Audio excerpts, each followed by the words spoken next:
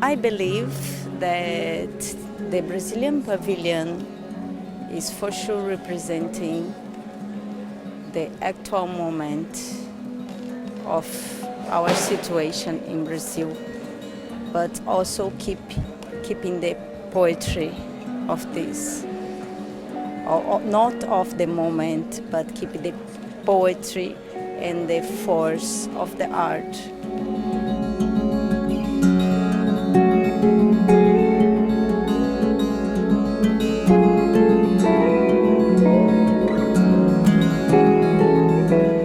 The piece represents a lot of hands of people, you know. It's a very manual piece, like it's a piece made with 100 hands, and I believe in this energy, the collective energy.